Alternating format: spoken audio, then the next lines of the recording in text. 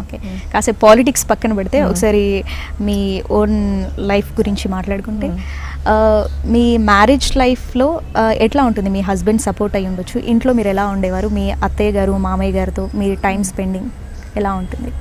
మా హస్బెండ్ యూఎస్లోనే, అక్కడ సిటీసనే, తను బార్న్ అండ్ బ్రాటప్ యూఎస్లోనే అండి. తనకి ఇది ఒక కంప్లీట్ చేంజ్ అసలు. అంటే ఇక్కడ పాలిటిక్స్ అదంతా కూడా అవగాహన ఉండదు కదా అక్కడనే పుట్టి పెరిగిన వాళ్ళకి.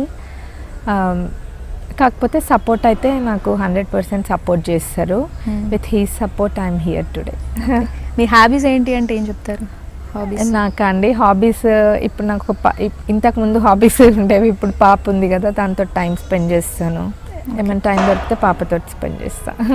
ఓకే, అంటే ఇప్పుడు మీ రాజకీయ వారసత్వం మీరేనా, ఇంకా మీ అత్తగారు మామయ్య గారి నుంచి మీరే అనుకోవచ్చా? ఇంకా అంటే ఇప్పుడైతే అట్లనే ఉందండి, ఇంకా రాబోయే రోజుల్లో ఎవరైనా వస్తే చెప్పలేము.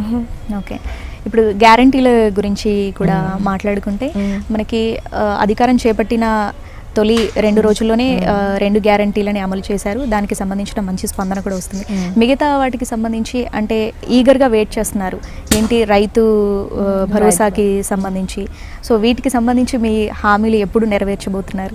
ఇవి కూడా అయితే అండి, ఇవి ఫస్ట్ మొదలు ఈ 2 అమలు చేసిండ్రు కదా, ఫ్రీ బస్ ప్రయాణం ఇంకా ఆరోగ్యశ్రీ. అది వేరేవి కూడా కొన్ని రోజులు అటు ఇటుగా తప్పనిసరిగా అన్నీ కూడా 6 గ్యారంటీలలో ఏమేమి ఉన్నాయో అన్ని పథకాలు అమలు పరుస్తుంది కాంగ్రెస్ పార్టీ.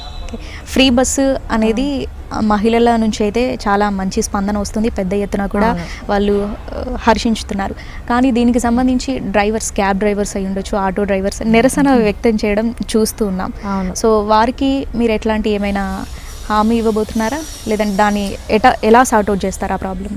దాన్ని మా అధిష్టానము ఇంకా పెద్దలు కూడా దాని గురించి చర్చించడం జరుగుతుంది. ఎవరికైతే ఇబ్బందులు అవుతున్నాయో దాన్ని కూడా దృష్టిలో తీసుకొని చర్చించి దానికి పరిష్కారము చూస్తాం.